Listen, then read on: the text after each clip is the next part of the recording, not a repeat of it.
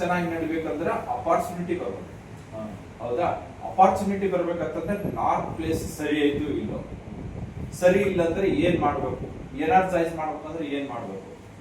ಒಂದನೇದು ಇದು ನಾರ್ಮಲಿ ಸಾಮಾನ್ಯ ವಾಸ್ತು. ನಿಮ್ಮ ಜಾತಕದ ಪ್ರಕಾರ ಯಾರಿದ್ರು ಓನರ್ ಅದಿರಿ, ಇವ್ರಿಗೆ ಕರ್ಮಸ್ಥಾನ ಯಾವ್ದು ನೋಡ್ತೀವಿ.